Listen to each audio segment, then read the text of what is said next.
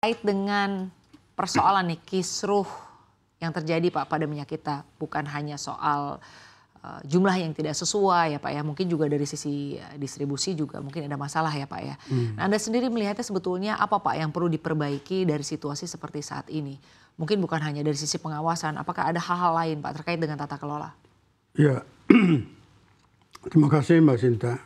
Yang saya lihat pertama itu adalah kisruhnya itu akibat dari ada disparitas harga di pasar antara minyak yang ber-HET dengan minyak komersial, bedanya antara 2.800 sampai 3.000. Dan ini cukup menarik bagi para spekulan untuk membuat spekulasi apakah itu dengan mengurangi volume atau menahan produk atau seperti yang ditemukan oleh Pak Moga tadi di lapangan, mereka tahan dan menjual dengan harga tinggi. Jadi dalam hal distribusi itu memang kita sulit. Dan satu hal lagi yang perlu kita lihat adalah Indonesia ini besar. Bukan satu kontinental seperti negara-negara lain. Nah, dengan ribuan pulau itu sangat sulit untuk mendeteksi sampai ke detail ke lapangan. Saya kira itu persoalannya. Dan oleh karena itu saya pikir kunci utama itu jangan terjadi disparitas harga di pasar. Sehingga semua orang bebas. Nah, dalam hal minyak kita dengan HET ini, itu kan berjalan sekarang dijalankan oleh produsen. Repacker yang di lapangan itu nggak mendapatkan jatah karena tidak ada DMO-nya, ya.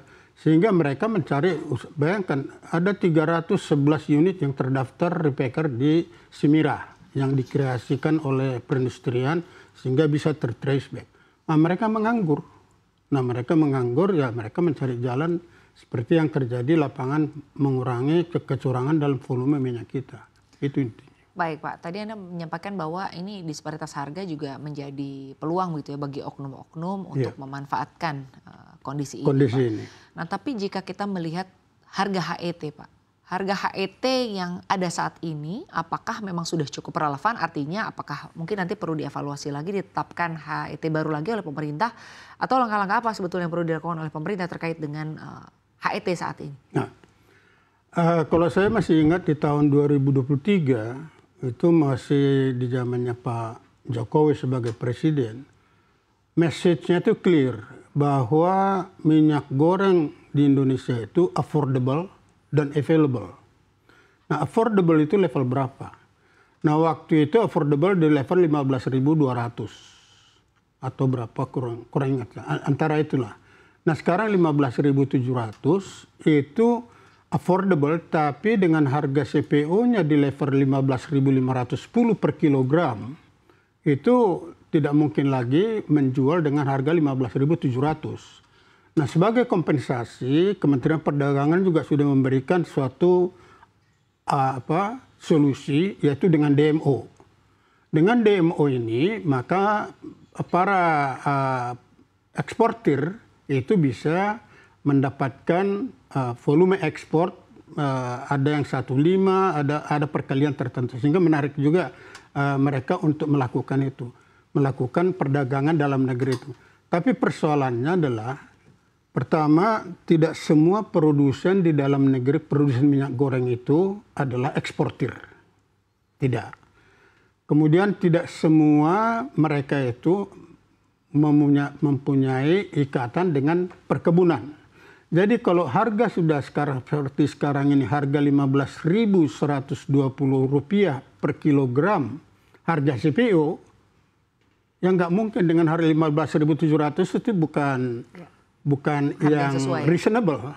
Itu sudah drop sebetulnya. Nah, bagaimana caranya? Saya pikir adalah kok kita itu seperti yang juga banyak disampaikan oleh Badan Legislatif, kita itu produsen sawit terbesar di dunia. Kok masa harga kita aja nggak bisa kita atasi di dalam negeri? Saya sangat sepakat itu. Karena apa? Janganlah harga pasar luar negeri kita terjemahkan ke harga pasar dalam negeri. Karena biaya kita kan bukan dolar, rupiah semuanya. Jadi nggak ada relevansinya kita membuat cascade harga dari luar negeri ke dalam negeri. Harga dalam negeri kita bikin harga dalam negeri. Itu pandangan saya, sehingga dengan harga dalam negeri yang reasonable, affordable itu tidak akan ada lagi perbedaan varietas harga, disparitas. Sehingga semua orang bisa ikut bermain. Baik, lalu dari sisi produksi ya Pak ya untuk minyak kita sendiri ini, kalau dari sisi hulu Pak sejauh ini seperti apa Bapak melihat? Hulu kita paling besar di dunia, kita memproduksi 50 juta ton. Ya, kemudian kira-kira palm kernelnya ada 4,6, jadi 54,6 juta ton. Oke. Total dunia itu hanya sekitar 85 juta ton. Jadi produksi Indonesia itu sudah mencapai 56 sampai 60% dari total produksi dunia. Ya, kita yang terbesar. Jadi saya sering mengibaratkan kita adalah pemain terbesar, harusnya kita bisa melakukan kontrol terhadap keadaan ini. Saya kira nggak sulit untuk melakukannya itu.